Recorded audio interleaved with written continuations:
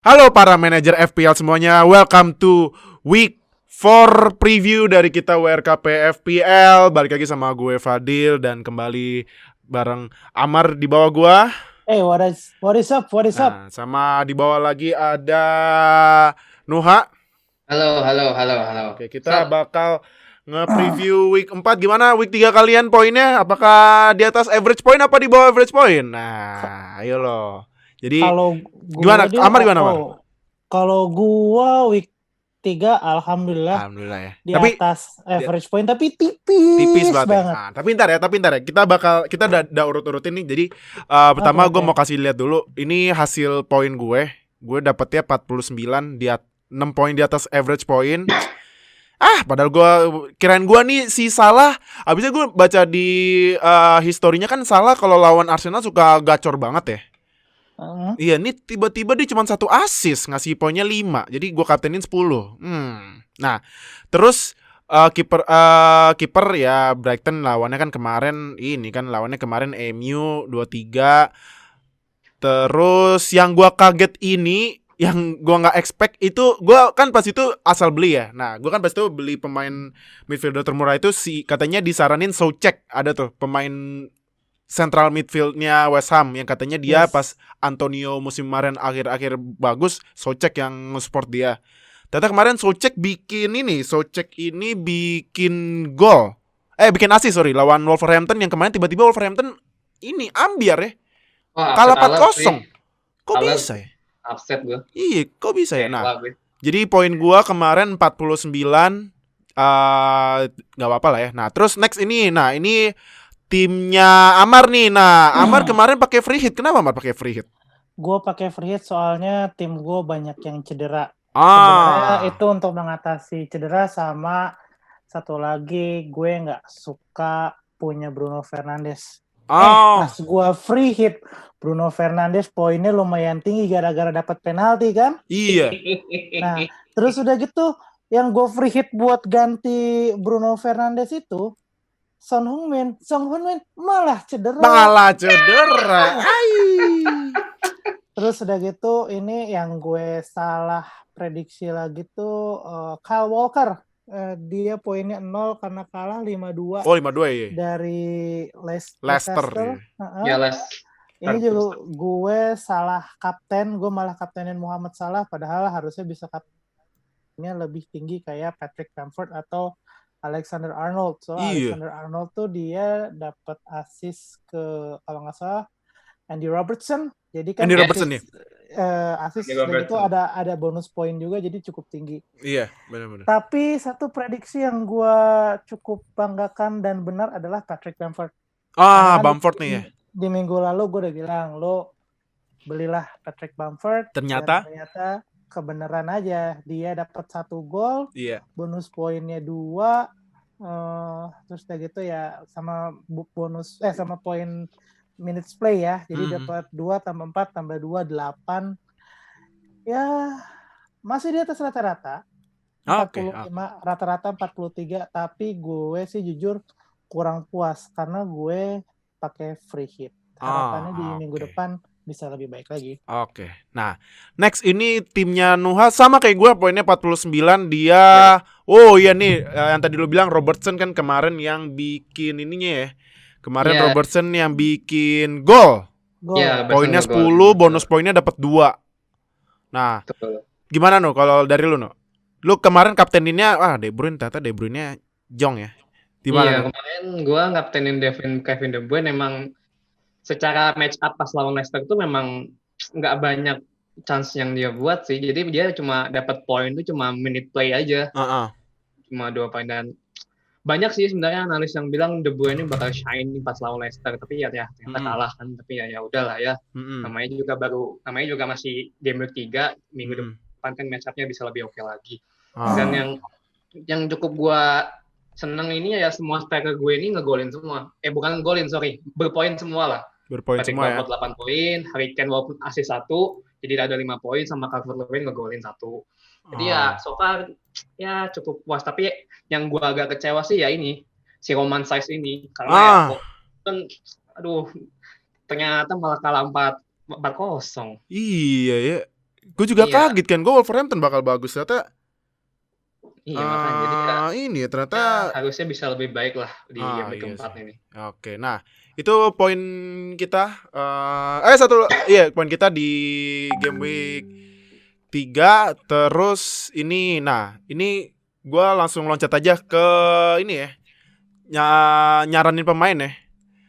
Nyaranin pemain biar cepet ya gitu ya. Nah jadi kalau gue gini, gue melihat pemain ini punya potensi walaupun di sayap kanannya itu udah ada Mahrez yang kemarin ngegolin. Yang gol pertamanya tuh pakai kaki kiri. Padahal kan dia kaki kanan golin ya, pakai kaki kanan. Kaki kanan ya, karena kan dia kedominan kaki kiri ya. Iya. Kan pas itu sempat ada ceng-cengannya Mahrez has no right foot gitu kan. Tahu golnya pakai kaki kanan, tendangnya kenceng banget. Nah, jadi gini, kan kondisi City kan emang Aguero sama Jesus cederanya berbulan-bulan ya.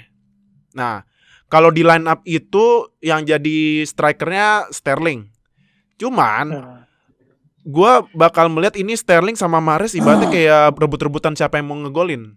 Karena kayak kemarin kan Sterling terus si Mahrez bikin gol. Nah, jadi karena berdua itu juga harganya lumayan mahal, gue nyaranin Phil Foden. Karena gini, Phil Foden itu dia mainnya di sayap kan, di sayap kiri di kemarin pas lawan Leicester, di sebelah kirinya De Bruyne. Nah, kalau lu lihat nih di optanya kemarin itu iya sih, shoot on targetnya Foden cuma 1, shot inside the box-nya cuma 2 gitu kan. Tapi kalau lu lihat kalau lu lihat Phil Foden kemarin pas lawan Leicester itu heatmapnya memang dia gak terlalu masuk ke dalam box, tapi dia kalau buat nge-passingnya nih, attempt assist-nya memang nol sih. Cuman kalau buat passesnya nih tuh, dia buat passesnya yang long pass-nya lumayan bagus nih tuh. Ada 1, 2, sekitaran 3 lah ya, 3 long pass. Jadi kalau saran dari gue, kalau misal lu mau nyari pemain City tapi budget lo sangat terbatas, belinya Phil Foden gitu kalau gue. Karena next week dia bakal lawan Leeds. Nah, Leeds ini kan memang lawan yang sangat tricky ya, apalagi zaman-zaman si ini ya siapa? Marcelo Bielsa namanya. Nah, Bielsa. tapi menurut gue City itu ya walaupun kemarin kalah tetap buat kedepannya dia salah satu tim yang fixture proof gitu. Maksudnya mau jadwalnya susah tetap masih bisa bagus gitu. Jadi kalau gue tetap milih Phil Foden. Karena ya kemarin memang dia mainnya sangat terbatas. Nah, karena juga kemarin pas lawan Leicester 63 menit aja mainnya. Jadi ya gue sih semoga ya, ini kan kalau FPL manager tahu kan ini memang Pep rotation kan kurang ajar banget ya. Suka bikin emosi itu. Ngeselin emang Pep kalau udah rotasi. Nah, cuman gue tetap nyaranin sih Phil Foden. Nah, next Amar, katanya lu nyaranin Harvey Barnes. Kenapa Harvey Barnes? Dil, kalau gue boleh nambahin dikit tentang situasi City sama Phil Foden nggak? Boleh. Memperkuat argumen lo nih. City, nama Phil Foden. Setelah tadi lu bilang si Aguero sama siapa satu lagi Gabriel Jesus itu cedera. Situasinya antara Sterling sama Mahrez itu jadi rada-rada mirip sama Liverpool, di mana pemain-pemain sayap, di mana pemain-pemain sayap itu jadi tumpuan utama untuk mencetak gol. Nah, bedanya City sama Liverpool itu, kalau Liverpool itu dia tidak menggunakan gelandangnya sebagai the main creator of goals. Lebih banyak menggunakan sayap seperti Trent Alexander-Arnold atau Andy Robertson. Nah, sedangkan City menggunakan pemain-pemain gelandang untuk goal creation.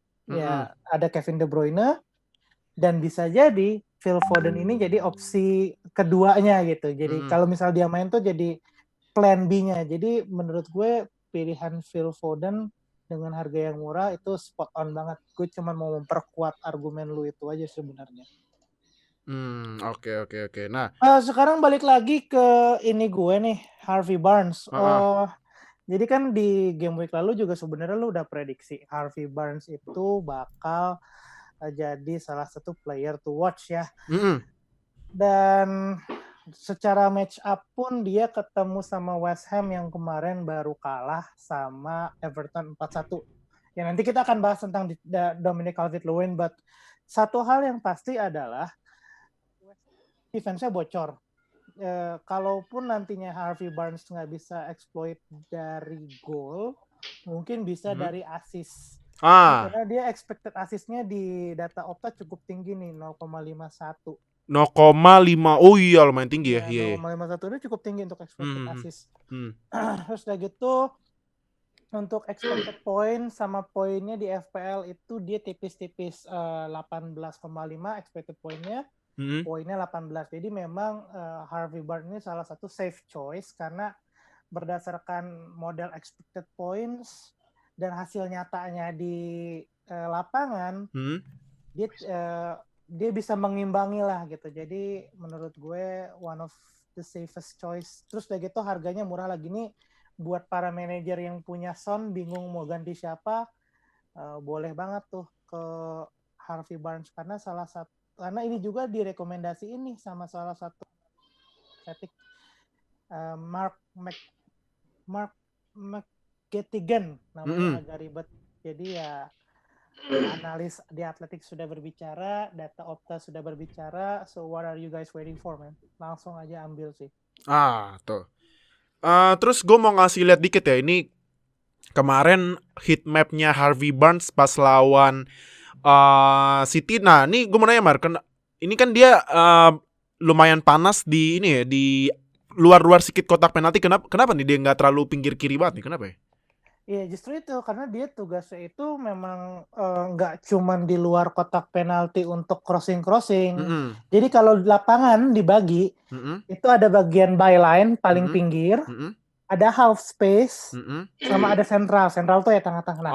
Iya. Half space ini kan di tengah-tengah antara bagian tengah lapangan sama bagian paling pinggir. Nah biasanya di situ tuh tempat itu spot di mana dia nggak terlalu lebar tapi nggak terlalu dekat ke tengah lapangan. Kalau lu bikin back 4 orang gitu, biasanya di sisi itulah yang ada gapnya tuh. Secara kasat mata di sisi itulah yang ada gapnya yang bisa dieksploitasi sama gelandang-gelandang serang.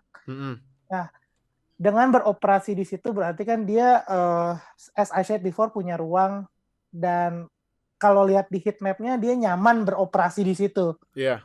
Ya berarti otomatis bisa menciptakan banyak poin dong, karena ya kayak yang tadi gue bilang, terus kayak gitu analisis tentang bagaimana seorang pemain beroperasi di half space menghadapi back four. Jadi ya sangat menarik untuk melihat Harvey Barnes ke depannya gimana, atau mungkin satu game week dulu nih lawan West Ham bakal bocor juga kan nih kayak lawan Everton. Harvey Barnes 7 juta. 7 juta ya? Iya nih tuh. Iya 7 juta kan? Iya, Harvey Barnes masih 7 juta. Ownership-nya masih 6% loh. Harvey Barnes masih 7 juta. Kenapa para manajer masih menganggap Harvey Barnes sebelah mata ya? Aduh. Jangan ragu Harvey Barnes emang. Jangan ragu. Tapi ya udah ya kalau misalnya masih meragukan sebelah mata, masih nyoba pemain terkena kayak Havertz atau misalnya Pulisic ya nggak apa-apa. Cuman kalau misalnya poinnya blank ya jangan salahin kita. Lagian nggak mau ambil Harvey Barnes ya sendiri. Ini sekalian disclaimer aja, minggu lalu gue udah bener nih soal Patrick Bamford. Gue nggak mau percaya sama gue. Tuh Amar aja udah bilang minggu kemarin ambil Bamford bikin 8 poin. Week 4 dia bilang Harvey Barnes. Kalau misalnya masih gacor, masih nggak percaya sama Amar. Aduh udah deh, udah nggak paham gue, udah nggak paham deh. Aduh makanya nih next nih ya. Next ini lawannya West Ham. Abis itu Aston Villa. Mainnya di home lagi. 2 straight home. Itu dia. Nah, walaupun form over fixtures, kadang-kadang fixture kayak gini kalau nggak dimanfaatin sayang sih. Benar banget. Tuh makanya. Jadi buat kalian yang masih menganut form over fixture kayak cuman gue sih masih lihat fixture juga. Nah, saran kedua tuh ya, Harvey Barnes. Nah, terus yang ketiga nih, kalau Nuhan nyaranin Wilfried Zaha. Kenapa Zaha? Jadi gue milih Zaha ini karena satu, harganya dia jauh lebih murah. Bukan jauh lebih murah, jadi Gue nih memproyeksikan Wilfried Zaha ini sebagai penggantinya Heung-min Son. Heung-min Son. Oh, ini alternatif ya. Para manajer yang Sonnya cedera kan, Son kan harganya lumayan mahal tuh. Nah, alternatifnya itu penggantinya bisa di Wilfried Zaha. Kenapa? Kenapa? Karena dia posisinya midfielder, tapi selama 3 match belakangan ini dia dimainkan sebagai striker. Jadinya ini ada sedikit advantage buat Zaha untuk memperoleh poin. Terus juga dia kan dia tuh the best player lah di Crystal Palace itu. Undoubtedly udah the best player in Crystal Palace. Jadinya dia penalty taker. Jadi apalagi nih match up-nya nanti selanjutnya ini lawan Chelsea yang defense-nya tuh belum terlalu bagus. Chelsea ya. Thiago Silva tuh masih beradaptasi dengan liga baru. Terus juga masih ada pergantian rotasi antara back tengahnya, entah itu Antonio Rudiger, Andreas Christensen. Jadi defense-nya tuh masih belum solid lah. Apalagi kan pas game week sebelumnya pas lawan West Brom kan 3-3 ya. Jadi masih ada sedikit perbaikan di defense Chelsea. Nah, Zaha ini bisa mengambil advantage di situ menurut gue. Dan juga dia selama 3 game ini udah mencetak 7 shot on the box. Jadi dia cukup efektif juga untuk bermain di dalam kotak inside box ya. Gitu. Oke. Nah, tapi ini wah ini kayaknya Zaha ini bisa jadi long term karena gini. Kalau gue lihat dari fixture-nya ini dari week 4 sampai week 17 gila loh. Wow. Ini yang di atas 3 cuman 2 lawan Chelsea di nanti week depan sama lawan Liverpool week 14, sisanya 2-2 3-2 3. Wah.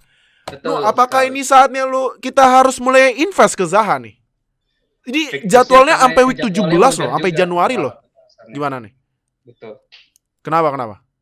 Jadi sedikit nambahin aja tadi kan udah disebutin kan si fixtures-nya Crystal Palace ini emang benar. Jadi gue juga menyarankan Zaha karena jadwalnya tergolong mudah untuk Crystal Palace. Mungkin yang sulit cuma Chelsea aja sih, Chelsea sama Liverpool nanti. Tapi Chelsea sih kayaknya sih nggak bakal terlalu kesulitan sih kalau menurut gue. Jadi ya bisa lah Zaha dapat poin di game week keempat ini. Iya. Nah, ini buat para manajer. Timnya mungkin kalah tuh. Kalah. Tapi poinnya Zaha bisa jadi lebih besar. Itu. Jadi buat lu semua para manajer yang masih mencari alternatif midfielder murah gitu ya.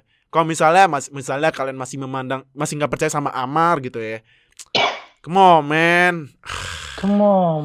Aduh, mungkin ini saran lainnya nih. Wilfried Zaha yang sebenarnya dia ownership-nya ya 20% lumayan gede ya. Lumayan banyak yang punya. Cuman kalau misalnya lu mau cari long term investment yang lumayan lama nih, sampai week 17 loh. Nah, ini bisa nih Wilfried Zaha ya. Nah, itu saran dari kita nih. Nah, next. Ini satu pemain yang menurut gua menyeramkan sih musim ini. Menyeramkan. Karena apa? Karena ini dia produksi dia sangat gokil. Dan sekarang pemain pertama yang naiknya langsung 0,5 dalam 3 minggu. Dominic Calvert-Lewin. Yang kemarin pas Carabao bikin hat-trick. Gimana nih Mar? Gimana menurut lo? Apakah Dominic Calvert-Lewin ini walaupun ini ya, nanti di fixture-nya juga nanti di week 5 ketemu Liverpool, week 8 ketemu MU yang kalau menurut FDR ini 4 ya. Tapi menurut lo ini kita harus mulai invest long term nggak sampai mus tahun depan nggak buat Dominic Calvert-Lewin? Karena kan seperti kita lihat bilang di minggu kemarin ini sejak dipegang Ancelotti, Calvert-Lewin shot terbanyak kedua setelah Mohamed Salah. Nah, gimana nih Calvert-Lewin? Here's the thing about not only Calvert-Lewin but the team itself, Everton. Gue ini fans Liverpool, jadi ini ada pahit di mulut nih ngomongin Everton. Oh iya, Merseyside ya. Waduh, tetangga ini. Iya, Everton ini sepanjang musim 2021 belum pernah kalah sama sekali. 3 game di Premier League belum pernah kalah. 3 game di Carabao belum pernah kalah. Secara statistik juga mereka luar biasa. Gol per game rasionya naik dari yang musim lalu cuma 1,2 sekarang ke 2,7. Terus udah Nambahnya jauh ya. gitu goal conversion naik dari 9,4% ke 19,1%. Gila. Lumayan, gede banget tuh. Wow. Ini tidak lepas dari penambahan James Rodriguez. Oh, James ya. Betul, benar banget. Itu James. pemain kayak si Richarlison yang step up, Lucas Digne yang mainnya juga makin bagus. Seamus Coleman yang dulu pernah jadi fantasy darling sekarang tetap menunjukkan kedewasaannya sebagai pemain veteran. Dan ini here's one thing about the of Everton. Expected goalnya Everton itu dari 1,4 naik ke 2,4 setelah munculnya James Rodriguez. Jadi secara tim sendiri Everton itu udah jadi tim yang lebih baik. Everton bisa kasih ancaman dari berbagai macam sisi, dari berbagai pemain. Jadi musuh tuh nggak cuman khawatir sama satu pemain kayak Richarlison doang. Sekarang mereka akan khawatir sama James Rodriguez, sama Dominic Calvert-Lewin, dan supply yang ditujukan ke Dominic Calvert-Lewin itu juga semakin baik, semakin kesini semakin baik dengan seiringnya bertambahnya kualitas pemain. Jadi memang naiknya kualitas tim itu ada pengaruhnya juga sama golnya Dominic Calvert-Lewin yang makin banyak, 5 goals from 3 games di Premier League. Jadi menurut gue sih ini bisa jadi salah satu fixture proof option buat kalian. Karena dari harga masih terbilang murah, nggak semahal Danny Ings or Jamie Vardy or Harry Kane, ya kan itu kan masuknya mahal. Dan mending dibeli sekarang sebelum harganya naik, karena kenaikan harganya gokil. Premier League mulai pada tanggal 13 September. Sekarang tanggal berapa? Sekarang tanggal kalau di-upload ini ya tanggal 2 2 Oktober. Tanggal kita rekaman ini tanggal 2. Nah, belum ada 1 bulan. Harga Dominic Calvert-Lewin di awal itu adalah 7,0. Sekarang harganya berapa? 7,5. 7,5 nih, tuh. Gokil. Jadi sebelum naik ke 8 dan mungkin bisa banget naik ke 8 sih kalau lihat performance kayak gini. Bisa banget. Menurut gue bisa banget. Bisa banget. Nih, sebelum naik ke 8, lu ambil deh tuh sekarang. Iya. Nah, ini mungkin ada stats dari kalian yang tunjukin deh. Iya. Ini ya dari ini ya. Gue mau kasih lihat. Kasih paham, Pak. Kenapa? Kasih paham. Gua kasih paham ke kalian semua ya, masih belum beli Calvert-Lewin ya nih. Gua kasih data silahkan nih, aja. Calvert-Lewin ya. Gua kasih lihat data Opta nih, lihat ya. Calvert-Lewin shot inside the box 12. Gila. 12 kali. On target 7. Big chances 5. Golnya 5. Gila enggak tuh? Terus nih ya. Nih, gua kasih lihat lagi ininya. Gue kasih lihat heat mapnya Calvert-Lewin ya. Nih. Calvert-Lewin dari match pertama sampai sekarang. Lu lihat nih. Heat mapnya di bagian depan gawang panas banget nih. Lihat nih, gue gue puter-puterin nih kursor gue nih tuh. Nih. Ini udah bukti Calvert-Lewin ini deadly. Udah. Deadly. Mematikan nih. Terus ya, gue kasih lihat lagi average position dia tuh. Average position lumayan depan. Sama ini. Sama pass shotsnya nih ya. Shotsnya ini lu lihat nih ya. Tuh. Di dalam kotak semua. Tuh. Jadi buat lu, gue saranin deh. Beli sekarang. Coba Nu, kalau menurut lu gimana Nu? Calvert-Lewin. Nih, kalau dari fixture nih. Fixture dia kalau gue lihat aman nih ya buat dari game week 4 besok sampai week 12. Karena yang FDR-nya 4 itu nanti pas week 5 lawan Liverpool, week 8 lawan MU. Gimana kalau betul Calvert-Lewin cocok gak buat long term? Untuk dengan opsi 3 striker itu jelas kalau menurut gue Calvert-Lewin bisa menjadi long term investment buat di tim manajer FPL buat semuanya lah. Karena kalau misalnya memang tim itu dipasang 3, satunya satunya ada Calvert-Lewin, itu kan udah 3 game week ini pasti udah ada gol dari Calvert-Lewin, walaupun satu itu juga nggak apa-apa. Jadi kalau misalnya nanti bisa ada satu striker yang misalnya nggak cetak gol, nah Calvert-Lewin ini bisa menjadi penyelamat poin di tim kalian. itu dengan banyaknya involvement dia di dalam kotak penalti. Iya. Bahkan di statsnya tuh dia cuma miss dua big chance doang dari dia 12 kali shot, 7 kali shot on target. Dia cuma 2 kali miss. Artinya apa? Dia efektif di kotak penalti. Itu. Asis yang datang dari James Rodriguez, ataupun dari pemain tengah lainnya, dari Alan, itu efektif semua nyampe ke kakinya Calvert-Lewin. Makanya golnya pun bukan gol-gol yang susah loh. Maksudnya tuh golnya ya, kalau ibarat kata tuh cuma gol-gol gampang lah buat striker yang cuma gol tap in. Ya gol tap in doang, terus ya bola-bola enak lah. Itu makanya statsnya apa sih namanya yang dia sangat efektif di dalam penalty box tuh karena itu. Iya.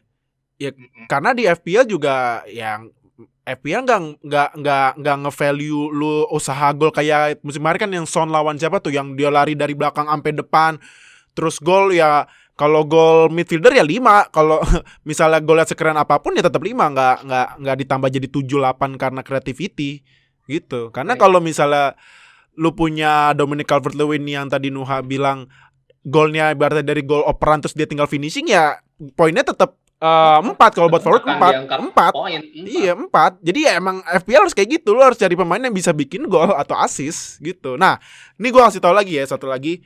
Mungkin ini ada stats yang mungkin kalian jarang lihat tapi sebenarnya lumayan mengaruh sih. Ini namanya ICT.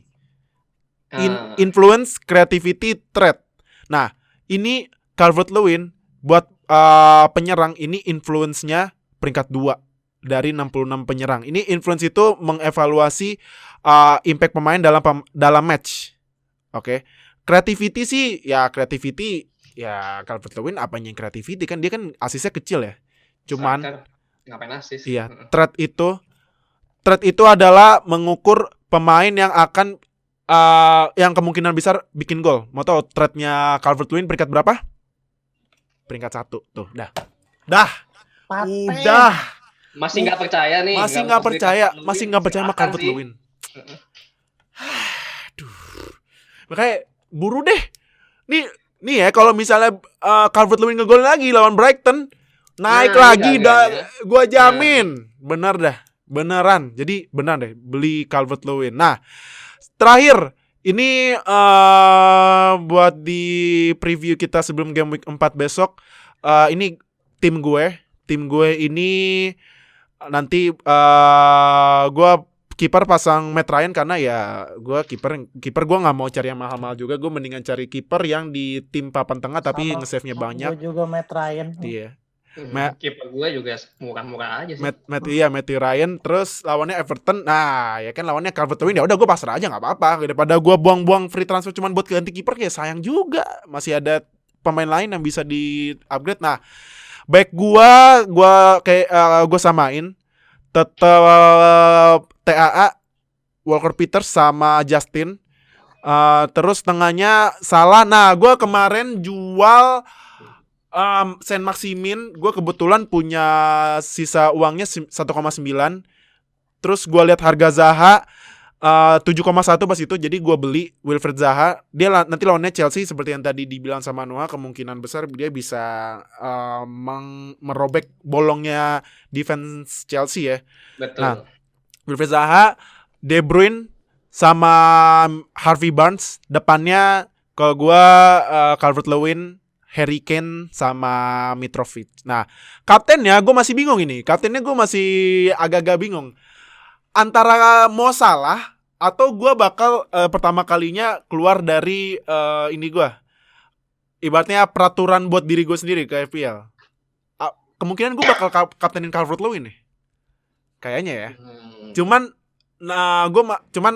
nanti kita bakal umumin line up kita bertiga di Twitter. Nah, nanti kalau udah final kita umumin mungkin sejam 2 jam atau ya sebelum besok deadline jam 5 sore. Jangan lupa ya besok jam 5 sore di hari Sabtu. Nah, next ini gua mau kasih lihat line up-nya Amar nih. Mar. Nih Mar, lu gimana nih kalau lu Mar? Lu Oke, so Sama kayak Fadil, gue juga start Matt Ryan. Semoga Matt Ryan yang ini nggak blue delete ya. Itu yang olahraga lain ya. Iya. Beda sport. Beda ini, beda sinyal ya. Oke. Yeah. Untuk back, gue akan tetap pasang Alexander Arnold, Justin sama Lucas Digne kayak tadi gue bilang kan. Akhirnya coba gambling pasang Lucas Digne, terus kayak gitu secara match up juga nggak terlalu susah lawannya Brighton. Ya, mungkin nanti di game 5 bakal gue ganti menyesuaikan. Untuk gelandang gue nekat sih ini, pasang Salah sama Mane. Wah, ya namanya nekat. Gue spend a lot of money here. Ngikutin siapa tuh yang main catur tuh yang jadi juara FPL peringkat. Oh iya, tahu gue tuh siapa yang namanya lupa. Lupa namanya. Orang Indonesia ya? No, bukan ya. Orang luar. Gue tahu. Orang luar ada bule. Tahu kan Dil? Tahu gue tahu. Iya, itu salah satu move-nya musim lalu adalah ngebeli Salah sama Mane langsung. Wow. Itu berani sih. Itu berani banget dan gue mau cobain caranya dia. Oke. Untuk kapten gue masih antara Salah sama Calvert-Lewin. Oke. Nanti last minute lah. Gelandang gue masih pegang kayak Havertz dan tadi Harvey Barnes. Penyerang Calvert-Lewin, Patrick Bamford, and Mitrovic. Nah, tuh. Itu line up Amar buat di game week keempat. Nah, next. Nuha, gimana? Kalau lu line up-nya gimana? Nih. Kalau line up gue sih secara formasi tidak akan mengubah ya. Gue akan tetap sama memakai 3-4-3. Oke. Kipernya Martinez. Gue belakang masih percaya dengan Robertson karena kemarin dia menyumbang poin cukup banyak, 10. Dan gue masih percaya sama Sainz nih karena gue masih percaya Wolverhampton ini bakal dengan fixture yang enak. Wolf ini setidaknya bakal clean sheet lah untuk game week keempat. Dan Justin juga. Untuk tengahnya tetap sama 4 gelandang dengan James Rodriguez, Kevin De Bruyne, Mohamed Salah dan Harvey Barnes tuh. Ya. Kita bertiga pasang Harvey Barnes. Iya, kita mungkin bakal bikin ini ya account Harvey Barnes 10 account kali ya. Harvey Barnes 10 account. Ntar pokoknya kalau misalnya Harvey Barnes ngegolin, kita di Twitter kita bilang, tuh langsung kita tweet aja. Siapa yang masih nggak percaya Harvey Barnes tuh, gitu ya kali ya. Nanti kalau gua atau Asis ya. Nanti Warkop FPL namanya ganti jadi Harvey Barnes 10 account. Harvey Barnes 10 account. Boleh. Nanti ya kalau misalnya bagus di game week 4 kita tambahin. Harvey Barnes ini harus jadi. Nah, next gimana next? Untuk striker, nah ini nih, gua pertama Dominic Calvert-Lewin. Nah, yang kedua adalah Patrick Bamford. Nah, yang ketiga ini gua agak sedikit quote unquote gambling. Gua ngejual Harry Kane dan gua ganti dengan Raul Jimenez. Kenapa? Kenapa? Kok ngejual Harry Kane? Karena gini, yang pertama, Kane ini dia baru bikin 1 gol. Iya. Kita tahu dia sangat involved sama assist sekarang. Dia mencetak 5 assist. Iya, tukang assist sekarang. Striker itu tetap main missionnya adalah mencetak gol dong. Iya. Nah, dia baru 1 gol nih dari 3 game ini. Terus yang kedua, sejarahnya Tottenham ini melawan MU, Kane itu tidak terlalu sering mencetak gol. Apalagi musim lalu, 2 kali pertemuan lawan MU, there is no goal from him. Oh, pantes. Nah, itu. Iya. Terus juga match up-nya nanti juga kan, yang game keempat ini kan lawan MU juga nih. Nah, itu dia. Gue masih tidak terlalu percaya Harry Kane untuk melawan MU bisa ngegolin lah. Ya, even memang defense Man United nggak terlalu bagus, tapi biasanya sih, kalau lawan Tottenham biasanya MU punya ya little bit spirit lah buat ngalahin Tottenham. Apalagi kan ada Jose Mourinho kan, bisa dikalahin kalahin lah. Terus juga harganya mahal, 10,5. Iya, harga juga sih ujung-ujungnya. Ngejual Harry Kane terus gua ganti dengan Jimenez. Jadi uang itu masih ada kembaliannya. Nah, uangnya itu nanti bisa gua investasikan di posisi yang lain. Kenapa gua pasang Jimenez? Karena Jimenez ini momentumnya lagi bagus nih. Even dia kalah waktu lawan Wolverhampton Wanderers, tapi dia adalah salah satu striker yang konsisten di Premier League.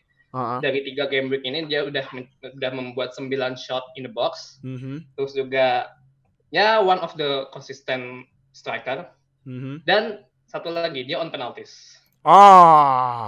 Oke. Dan harganya murah, masih murah, 8,6. Betul. Nah, itu. Jadi ya agak gambling sih, Bat ya. kenapa enggak kita coba dulu kan. Oke. Nah, last but not least, gue mau update dulu nih terakhir ini ya peringkat gue di ini.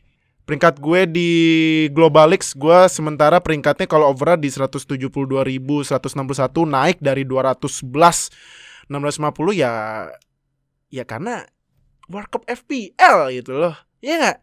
Nah, terus kalau di Indonesia gue naik dari 4.961 ke 3.884. Terus kalau peringkatnya peringkatnya Amar, kalau Amar itu nah, kalau Amar ini peringkatnya, bentar gue kasih lihat dulu ya. Nih. Kalau Amar itu peringkatnya di 49.000 ya, Mar ya. 49.626 ya. Bagus lu lah. 49.226 overall ya, karena Amar juga baru main lah ya, enggak apa-apa lah ya. Berarti baru serius lagi gua. Iya, mau serius lagi. Jadi masih overall masih 2 juta, tapi ya lihat aja kalau misal Harvey Barnes bagus ya langsung roket lagi, lihat aja ntar. Nah, terus terakhir kalau si Nuha ini peringkatnya sekarang di 88.000 ya, Nuh ya? Iya, karena masih baru main. Iya, karena baru main, overall masih 6 juta ya karena baru main, maklumin aja. Jadi, yaudah, itu podcast kita buat preview game week 4.